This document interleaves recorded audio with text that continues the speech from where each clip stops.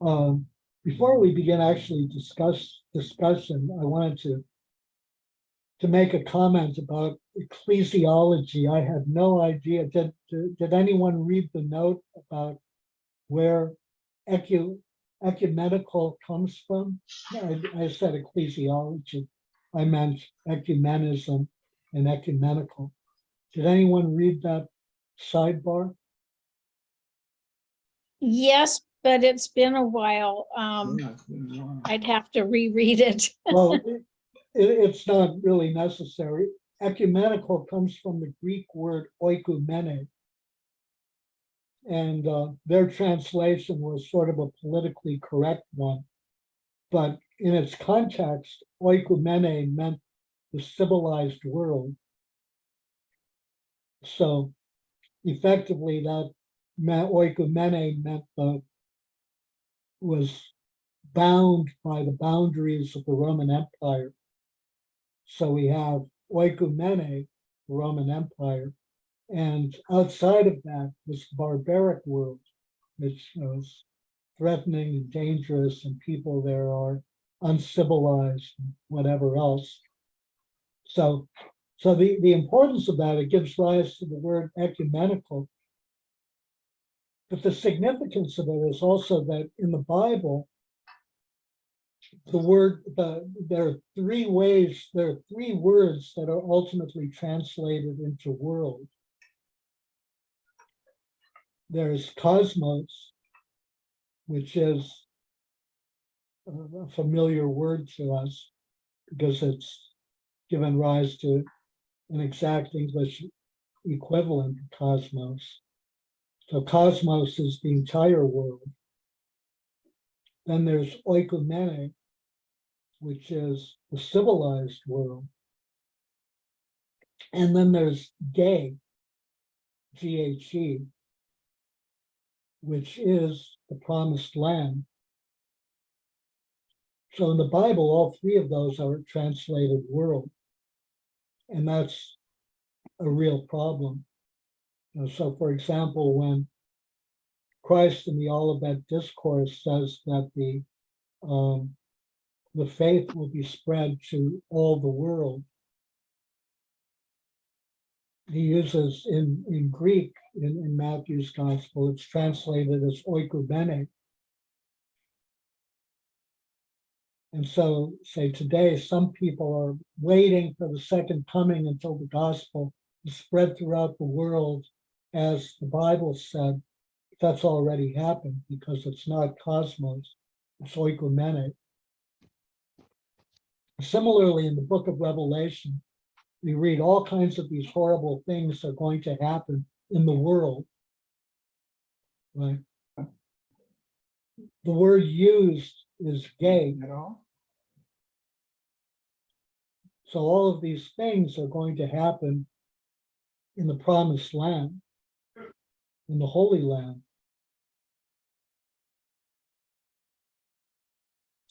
And so all of these things that are thought to be, future predictions about what's going to happen when Christ comes again are actually prophecies about the Roman-Jewish War, which were realized during the Roman-Jewish War. So that's just a note that you have to be, when you see the word world translated, you see the word world used in the Bible, you have to be kind of very curious about what the original Greek word was. Extremely important because they're always confused. With that, let's move on to Episcopal collegiality. Did anyone have any thoughts about the chapter? Well, I thought they could have summed it up in a couple of sentences. It just seemed to say that Pope and the bishops were in communion, but the Pope with each other, but the Pope was really the head, but not just not like a head like an emperor, but a head in combination with the bishops. So That's what I got out of this chapter. So I'm waiting to learn something that I didn't see. Well, I think that sums it up really well, more or less. I think you you hit on the main points. So the problem with that, I mean, does anyone see any problems with that? Well, I liked the analogy of the bishops working on their church in maybe like the small c, as joining together in communion for the church with the big C. I hadn't really thought about many of the things that they brought up about maybe misconception of the Pope, and earlier in whatever the 12th century or such, how people think that it was a top-down kind of organized from the top down as opposed to community. Well, actually, I mean, the top down, or the view of the papacy is this really rigid top down hierarchy emerges much later than that. It's really, Yeah, okay. and it's especially a product of Vatican I. Well, I think Donna's right, though, Ron, in that that was the conception of it, and Vatican II is reiterating how the bishops were in communion with each other in the beginning, and Vatican II wanted to get it back that way. Right. No, Donna was right, except her time period was wrong. Yeah, right, okay. Time period is later. The view of the rigid, all-powerful Pope is later than the 12th century. It really evolves only, probably like from the 15th or 16th century, and especially after Vatican I. Okay. So- I have some questions that I'm not, I thought I knew what a schism was, but when I was reading on page 122 about Febronianism, or Febronianism and Josephism and all these isms, I wasn't sure that I understood. Are those schisms too then? Though I think those aren't schisms as much as, I mean, they also left out Americanism. But those schisms, I think those aren't schisms so much as they're major disagreements about the relationship between the local church and the global church. So it started, they call that conciliarism. And the first instance of conciliarism starts around the time of the Western Schism, where the French bishops believed that they should have control, jurisdiction over France, and indeed they tried also to have control of the papacy. So is that what made it a schism then? Well, what made it a schism was that the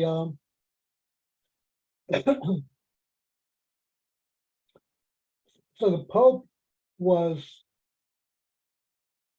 had moved to Avignon on the French-Italian border and was surrounded by French cardinals influenced by French cardinals. And so it's basically was seen in many ways as a puppet of the French and not a global leader. And then once the papacy relocated to Rome, there was, sort of enormous, that's when the real schism began. So with the popes at Avignon, there was a very clear relationship between Philip V, the French king, and the popes, much to the detriment of the church. And so throughout the rest of Europe, the Pope was viewed as really a puppet of the French king. This was also a period of rising nationalism, of the Italy was breaking up into city-states.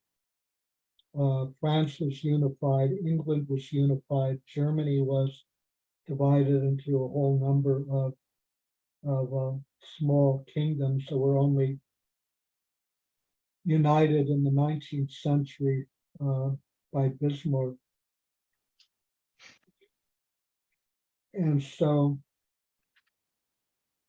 there was a huge question of the relationship between church and state.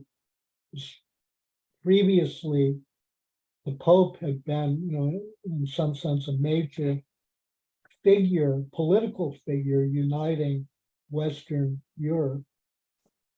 And with the rise of nationalism and the rise of nation states, that was increasingly becoming not true. Then with the Pope, who was perceived to be a puppet of the French, the attack really on the church as an independent entity began. And so, there were, in some sense, that was the origin of, what's his name, John Wycliffe, who, sort of argued for really a sort of purely ascetic church. And then also for movements where church and state were closely tied. So the basis for ultimate emergence of Anglicanism was really laid during this period.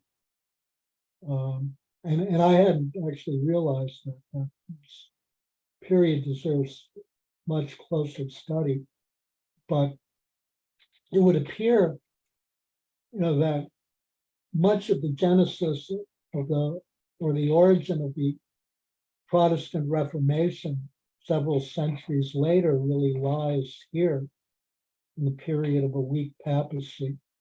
So the Pope moves from Avignon back to Rome.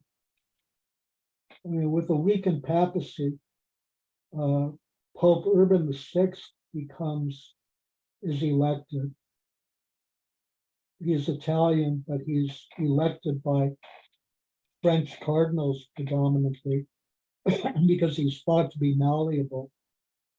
And then he turns out to be sort of a reformer, but what is the word? He's a little bit too zealous a reformer. So among other things, he was strongly supported by Catherine of Siena, but she actually wrote him a letter telling him to tone it down several notches, which he didn't do. So the schism happens when the French cardinals decide that he's insufficiently, that they had assumed that he would be malleable, but he began criticizing their moral abuses, their worldliness, and their wealth. And of course, the essence, the most important thing to them was their moral abuses, their worldliness and their wealth, so that won't go well. So they said that they had elected him under duress, and they elected Clement VIII, seventh as Pope, so he becomes an anti-Pope. Then creating confusion about who is the Pope, which breeds a whole round of sort of claimants, with everyone wanting to have their national Pope become the Pope. And so the Council of Constance resulted from that. There were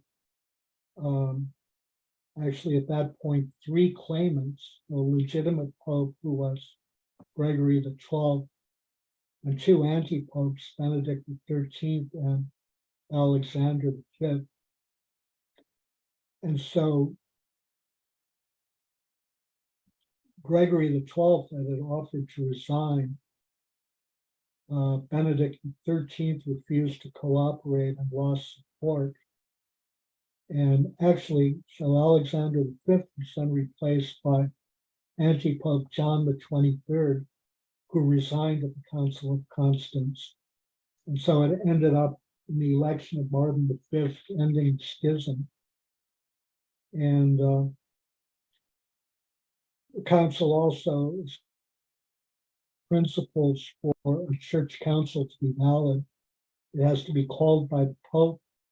It has to be presided over by the Pope or his legate, and its dogmatic decrees must be approved by the Pope.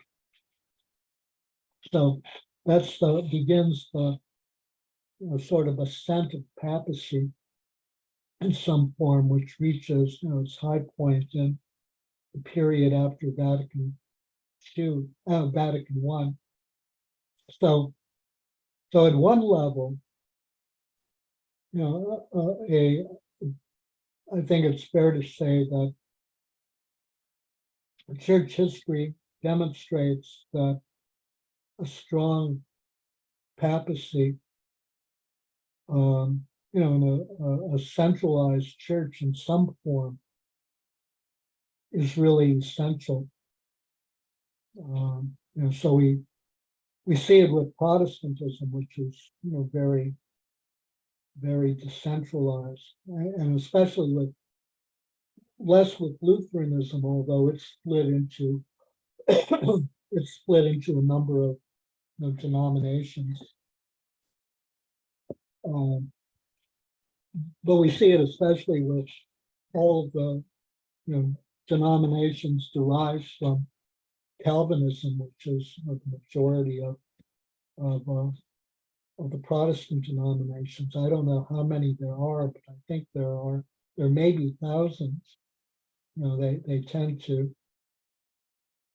be schisms at the drop of a hat, and there are also very frequently not only denominational schisms, but schisms within a church. So half of the people leave and go and form another church, with everyone believe that they're being called and led by God.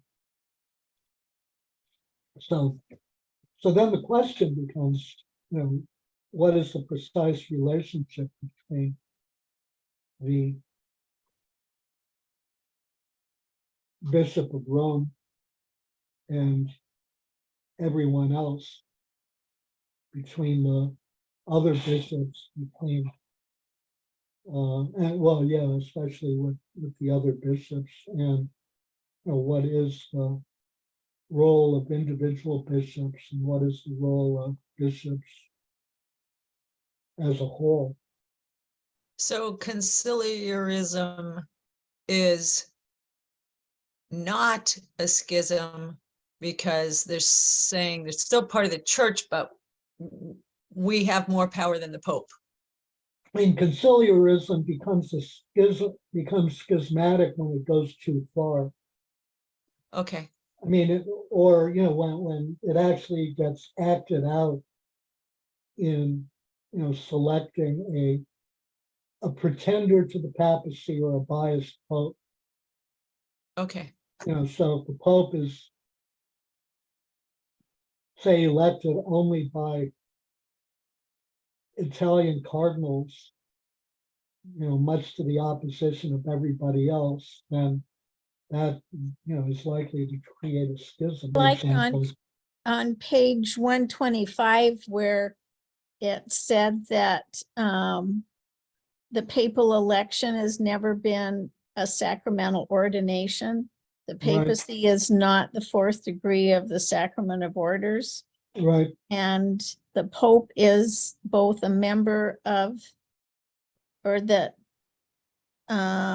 papacy lies in the episcopate, meaning the bishops. And the Pope is both a member of the Episcopal College and Mhm. head of the college, right. because he's the Bishop of Rome. So that kind of clarifies it for me as to what the position of the Pope is. Mhm. Does everyone know what the three holy orders are? No, Deaconate, Presbyteriate, and Episcopate. So deacon, priest, and bishop. Those are the three holy orders. oh, thank you. So the Pope isn't a fourth. Hmm. So that view of the role of the Bishop of Rome is built on the notion that the bishop, that the Pope is Pope because he's the Bishop of Rome, who is, in some sense, I think you could use the term first among equals.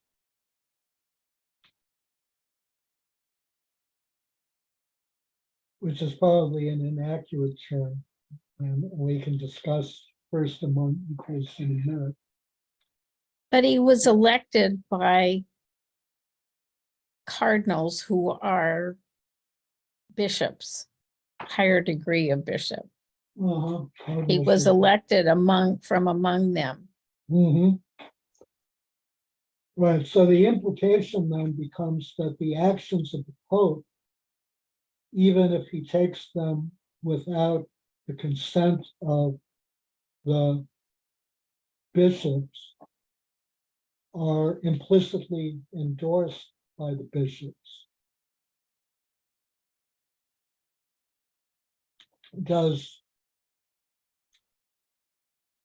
Is that accurate? So we have two issues here.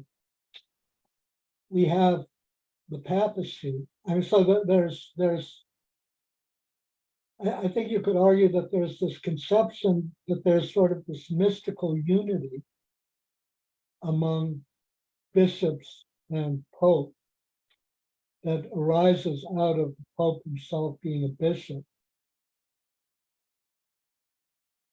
But there are two problems with that, given institutional hierarchies and whatever. First, is that true of the Pope? And what happens if fellow bishops don't like what the Pope is doing? So that's one issue. And the second issue is, concerns local bishops. What happens when local bishops act in disagreement with the Pope? Well, They isn't lose- that They Isn't lose the their, American church like not necessarily on the same wavelength as the Church of Rome? I mean, isn't there some differences there, and maybe in every section of the world because of the cultural differences, maybe? Don't we kind of do our own thing here to some degree in America? We do our own thing to a great degree in America, yes. Okay. Cultural differences. Where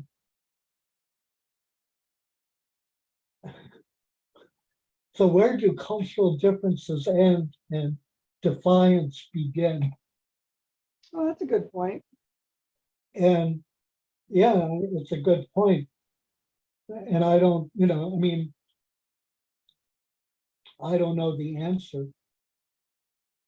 As I You remember in the last chapter, it said that when the bishops are appointed, they agree to be in union with the Pope. And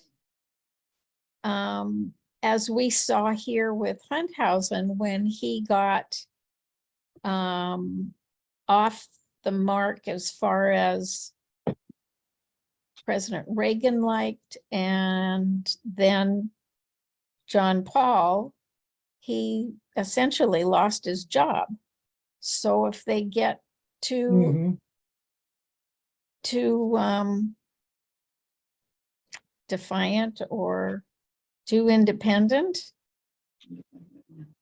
and it's against the overall mission of their ministry, then they get in trouble. He was an individual bishop, though, which, I mean, makes it kind of much easier. The bishop can be removed by, in his Bishop Humphausen's case, he decided to resign rather than be removed. Remember, they kind of had appointed a, I don't remember what it was called, a sort of parallel bishop to collaborate with him, which was effectively a removal without being a removal. But the Pope does have the right to remove bishops, and Pope Francis has removed bishops who have been particularly corrupt or self-serving. But so, I mean, ignoring the kind of question of an individual bishop, the question here, since this is, we're discussing collegiality, is what happens when a group of bishops in some form are perceived as going, over the top, and to what degree do bishops, conferences of bishops have a right to do that? Is that what's happening, Ron, in Germany right now? There's a conference of bishops or a synod of bishops that Right. what's going on there? They're in favor of sort of extreme liberalization, so the blessing of gay marriages. I don't remember what else there was. But changing in a significant way some of the established teachings and practices of the church on the family and sexuality. So that's been viewed with consternation. The U.S. Conference of Catholic Bishops has, tended to be somewhat rebellious. There was a vote a few years ago about whether abortion was the primary right to life issue or was a right to life issue. And Pope Francis's position was that it is a right to life issue. There was a good deal of disagreement. I mean, there was, I take it, fairly heated debate about the issue. given that, there was some support for the Pope's position. But the majority position, the post-Pope, that abortion is the primary right to life issue.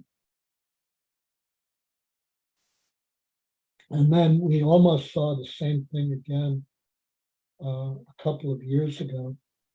This time, I don't know if anyone listened to it was during COVID, and the meeting of the USCCB was actually held on Zoom, or in any case, it was live streamed. So there was a discussion about whether to deny on the draft of the document on the Eucharist. The central issue is whether to deny Catholic politicians who supported abortion, to deny them communion.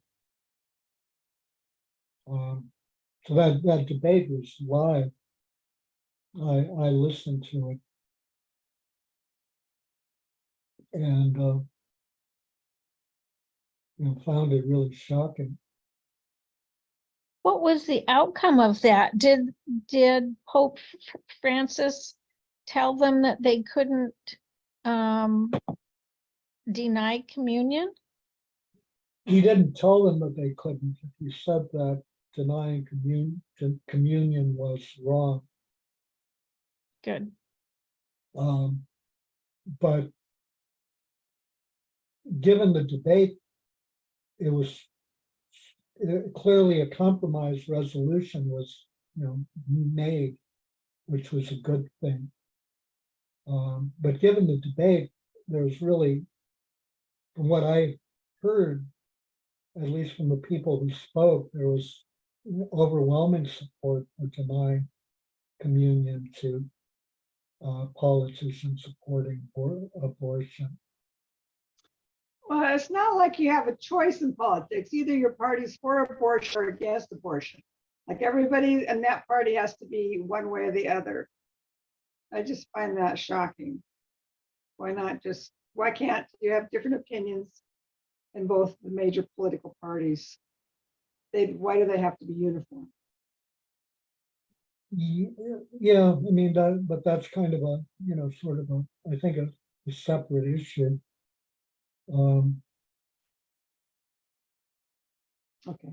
I mean, positions have hardened, and in many ways that gives rise to manipulation. I mean, so for example, Donald Trump supported abortion until he decided to run for president. Exactly. So is he opposed to abortion?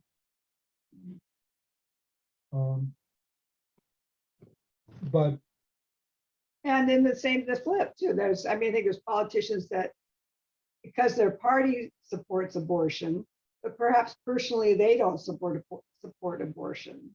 right, I mean, Biden has made it clear. Biden has made it clear he personally doesn't support abortion, but he does at a federal level, not at an individual level. And I mean, on the other hand, I think that distinction is a valid one. As a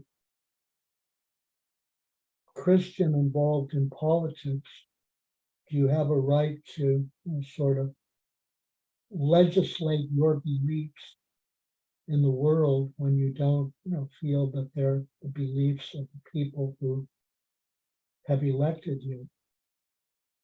I think that's another sort of very thorny issue that doesn't have really an easy resolution, and we can sort of argue about it all day and take examples on one side or the other, but it remains a difficult issue of conscience, I think. I guess what struck me in listening to the debate from what was the lack of a theological basis for anything. you know, in terms of the barring politicians from the Eucharist. It was, and out of the talks, the discussion that I heard, I thought the best of all was from Archbishop Aitken, who grounded his argument in the teachings of Christ, but almost nobody else did. You know, if you, and especially for those arguing for denying communion, if you had listened to many of them, you wouldn't, and hadn't seen them, you wouldn't have known they were Catholic or Christian. Right. In a lot of ways, and that was shocking. And you know, these are supposed to be bishops. I mean, Can we access Archbishop Aitken's opinion on that? well, his opinion was that Catholic politicians who support abortion should not be denied communion. He argued that that was a major violation of the teachings of Christ.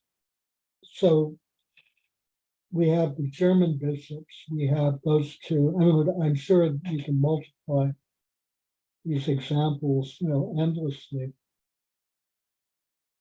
We have the German bishops, we have the those two instances of the American bishops, the one with the issue of communion, Eucharist for democratic pro-abortion politicians, ultimately being resolved in the way that the Pope wanted through a compromise. But the first vote that you know, abortion as the primary right to life issue, not resolved in the way that the Pope wanted. And much earlier than that, we have, and our authors sort of referred to, they mentioned that Catholicity of the Church is especially important with the rise of the global South. Did anyone catch the sort of implication of what they kind of left unsaid? Well, it was an interesting statement. Why the global South? Because everybody's kind of ignored South America forever. Well, that's true, but I think that there was probably another reason related to Catholicity. South and Central America was provided the genesis of liberation theology, which, you know, was not viewed favorably at all. Can we back up a step? So was not in favor of what? Liberation There. liberation theology. Okay, liberation theology, which I'm familiar with. The liberation theology focuses on the Exodus as, you know, a defining event, as in terms of revealing the character of God. And so God, above all, hears the cry of the oppressed. And so liberation theology really aims at politically fighting well, it aims in general at fighting oppressive power structures. And it does that militantly. Okay. I had a question a long time ago that Michelle brought up. You And, didn't, and she mentioned the cardinals. And I was saying to myself, I didn't read anywhere in this chapter where the cardinals got in there, And I always thought them being a step above bishops. But I don't deal with cardinals. I know bishops because each diocese center has a bishop. But the cardinal, how many cardinals do we have in the US?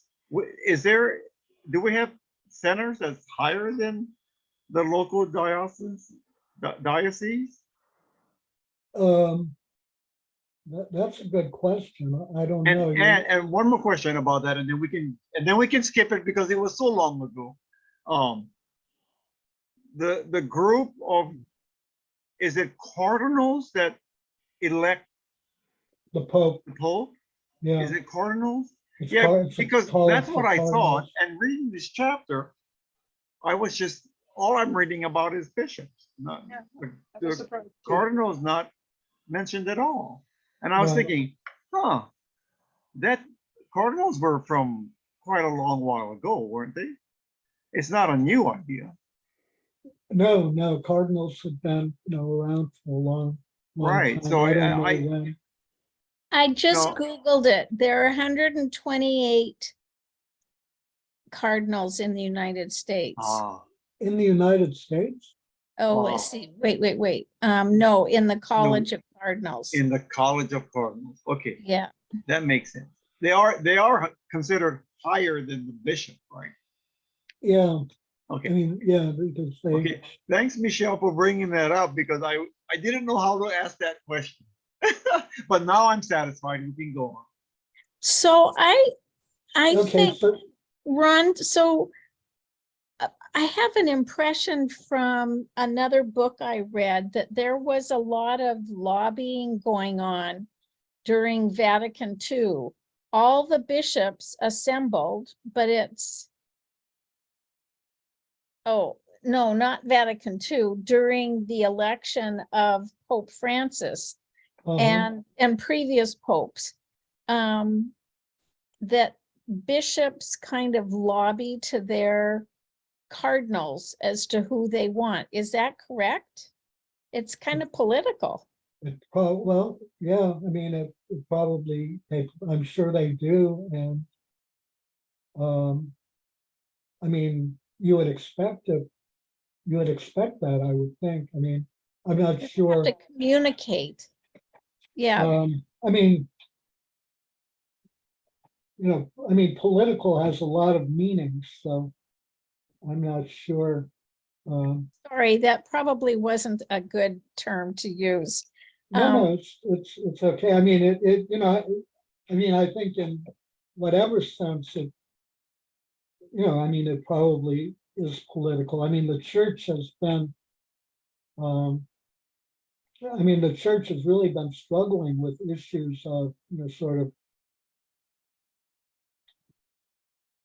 and that's not a good way to characterize them, but I'm going to do it anyway, as, sort of conservatism versus liberalism, or, something versus reform. For a very long time. I mean, this really has been an ongoing issue. I mean, one can, if you really want to, sort of date it back, it's been an ongoing issue since the French Revolution, and it's especially been an ongoing issue since the 1870s or 1880s.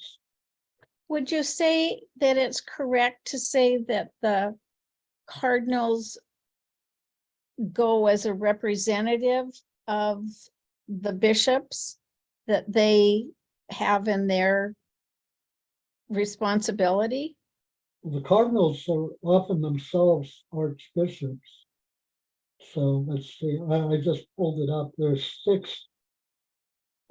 16 US cardinals who were American-born, were ordained or have served in the US. 6 currently lead archdioceses. Cardinal Kupich in Chicago, Cardinal DiNardo in Galveston, Houston, Cardinal Dolan in New York, Cardinal Gregory in Washington, Cardinal McElroy, who was really recently made a cardinal in San Diego. And 3 cardinals serve in another capacity, and 6 cardinals are retired. I think you would expect, sort of bishops to communicate with cardinals and sort of press for their choice. Did anyone see the movie Two Popes? I did. Yeah, That was a good movie. Very it was. good. It Yeah, was. very. Yeah, it was really well acted. I really enjoyed it at the time. It And was then kind of cool that the current pope could be mentored by a retired pope. Well, I mean, that hasn't happened in a while, has it? Was that the first? well, effectively, yeah. Yeah. In retrospect, as I started to read and learn more about Benedict, it struck me that that kind of sharp divide that the movie talks about didn't exist. They had some disagreements, but Benedict was mentored by Romano Guardini, and Pope Francis studied Romano Guardini and his work intensively, and was writing a thesis about him. So they both, were profoundly, their worldviews are both profoundly influenced by Romano Guardini. I had sort of a really negative impression of Pope Benedict until I began reading his writing, which is really good. Jeff mentioned last night that he was, before Pope Francis, the Green Pope, which, is true. He was a major proponent of saving the environment. And in many ways, he talked a lot about the damage done to the church by its excessive focus on the theology of salvation and its ignoring the theology of creation, which I think is very, very true.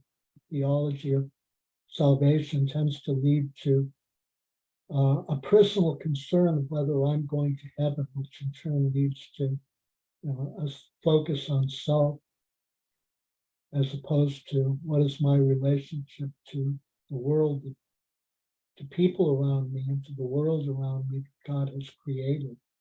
Am I preserving it, or am I using it for my own gain and sinning in that way? So there's much, I would argue, although it was a great movie, and I was really impressed by the acting. I mean, it was really, really well done. But I would argue that, in fact, the two popes have more in common than they have differences. So that, kind of left-right divide, Francis is left, Benedict is right, isn't really, is accurate in some areas, but isn't really all that accurate, and doesn't tell us, that much, and ignores, what I think are really strong continuities. I think that Francis has just taken some things further forward. And then also that, it strikes me, if you read Guardini, there's a message of, he argues that modern culture and modern civilization is leading us to destruction. And, that as a people of faith, we have to do something about that. And I think that, underlying that, Benedict's kind of response was a fundamentally pessimistic one. Kind of, I don't know if the church will succeed. And I think the primary difference is that Francis's is an optimistic one. We can do this. In fact, this is a challenge that, we can respond to, and we can emerge victorious in the cause of Christ. I don't think that Benedict had the, strong sense of victory. And I think that's, sort of the critical difference. But I've also kind of taken us way off track. So, I mean, this is, again, a really difficult area. I mean, we have, sort of the theory, but the practice tends to diverge. And then what happens when people don't get along? And, we've seen individual examples of it with Bishop Hunthausen. We've seen, the example with the liberation theologians in South America, and that being viewed really negatively.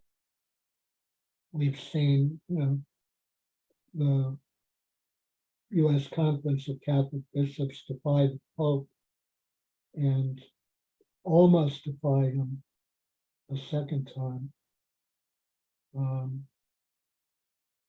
And sort of a third thing that kind of occurs to me, that so the Brazilian Conference of Catholic Bishops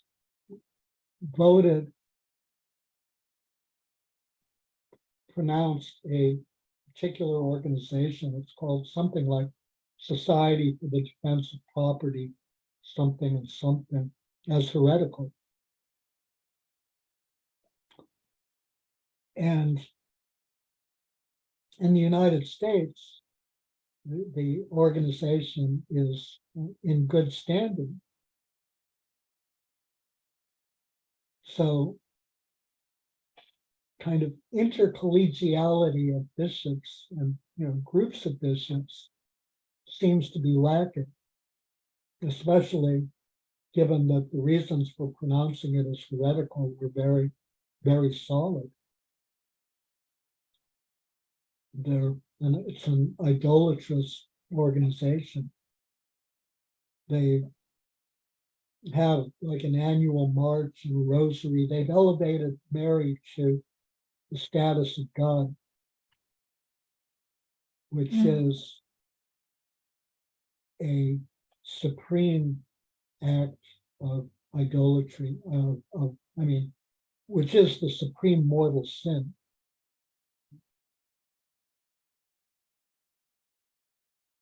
Did I hear you say that the theology of liberation, or the liberation theology, is heretical? I don't know if it was actually condemned as heretical. It was certainly condemned and not found acceptable. Yeah, I don't think it was actually declared heretical. Didn't Christ preach a liberation theology? Yeah.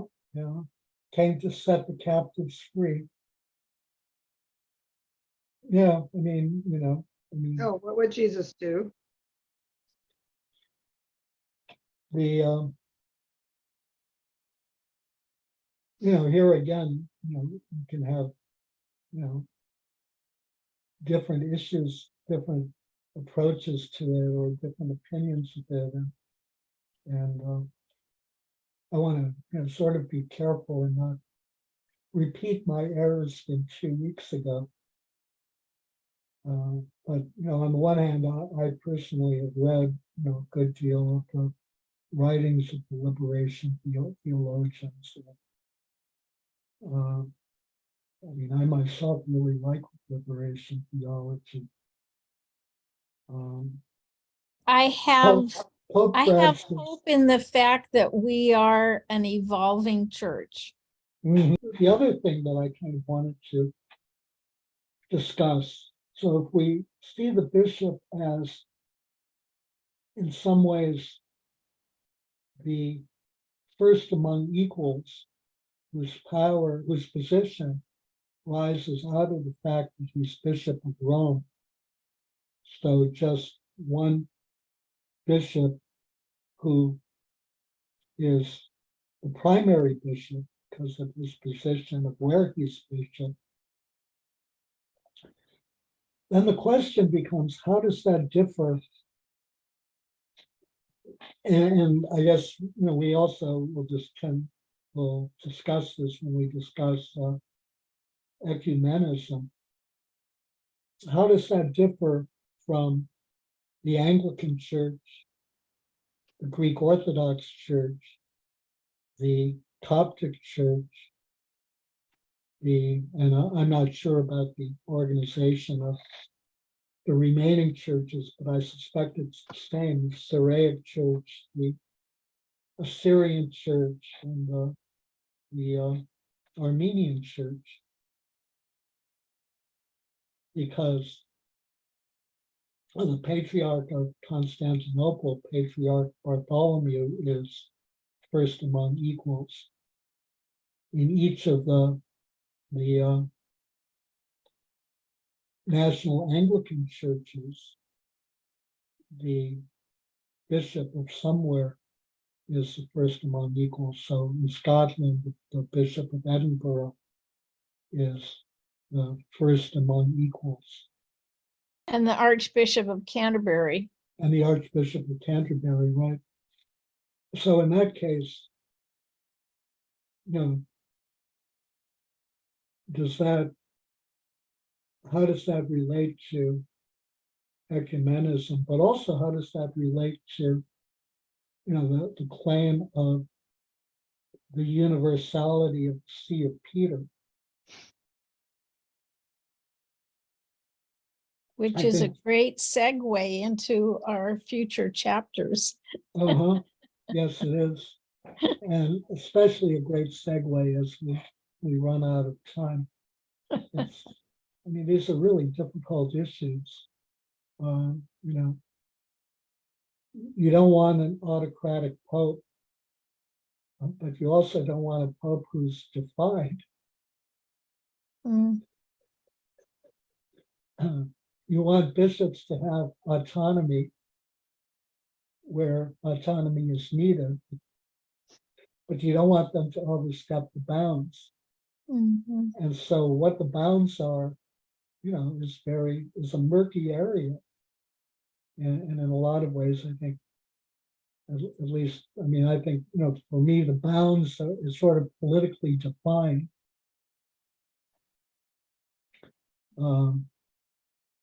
It's a good thing I'm not a bishop. And similarly, the power of the Pope is, I think we similarly kind of tend to see it in sort of political terms or our own preferences. And so Pope Francis has met with enormous opposition, and many Catholic groups have declared him to be a heretic because he hasn't enforced their agenda. And in a lot of ways, it's striking. In a lot of ways, I think Pope Benedict was viewed unfavorably by people who he shouldn't have been viewed unfavorably by. Like me for a long time. And he was viewed favorably by people who probably shouldn't have viewed him favorably because they ignored a lot of what he was saying. And so that's kind of another issue that we often tend to focus on, our preferences and ignore the totality. And that's a problem for each of us. And it's really important that we, sort of keep informed of what's going on. And we all have biases. And it's sort of important for each of us to try to, and this goes especially for me, witness 2 weeks ago when I, went way over the top, that we all have biases and we always have to try to be careful to be aware of them, so that we ourselves don't overstep the bounds.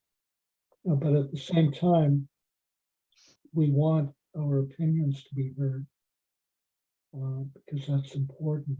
So we want to do that in a way that's considerate and thoughtful and leaves an opening for dissenting opinions that we're willing to hear with respect. And that's a hard thing. At least I have a really hard time doing that, since I tend to be militant on many occasions. One thought, Ron, it seems like we didn't touch anything on the synod that I thought I was going to ask you. The Pope not leads, but starts those groups. They talked about 3 different ones, the ordinary, extraordinary, and some special topic things. So to me, it covers those areas that, when you talk about birth control, or when you talk about not letting people take communion if they felt this supported an issue the church doesn't support. It seems that they do that. They get a group of bishops. They can do it regionally, or they can just do it for the Pope if he has a question or concern. Was that nothing that was important to talk about, or? Yeah, it was important to talk about. We don't have to talk about it. No, I just wondered if I was missing something, The question becomes, the scope of it, whether a local conference has really the authority to decide something that concerns the global church. And so a synod convene for a special purpose. Does it have the authority to go into some other purpose? And then for a universal synod, the scope of the authority is much broader. But then what happens if the Pope disagrees? Which, it looks like, it seems clear that happened in a number of cases in Vatican II, where, either Pope John or Pope Paul intervened very directly to, remove something or change something, or, kind of stack the deck in the way that they wanted. And then there becomes a question of whether that's arbitrary or not. And there again, that tends to become a very, very partisan issue. When you like the result, it's good. And when you don't like the result, it's bad. I think it's so interesting to be living at this time where Pope Francis called for a universal synod, and we were all invited all of us were invited to give our input. Mhm. And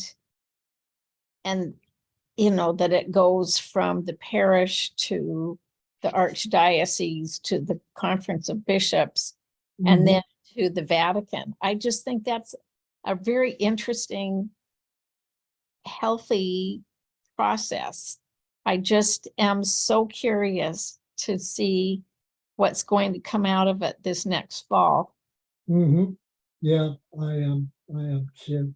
A novel approach in some sense to have a Well, sort it of does- a ecumenical council that includes everybody, even if they're not all there. What were you going to say, Candy? I'm sorry. that, you know, we have our input, but I don't know that it means that anybody's not, that people, the powers that be are going to listen to our input. They might realize what it is, but I don't know that that's going to influence their decisions. We'll have to Mhm. see. We'll have to see. Mhm. Yeah.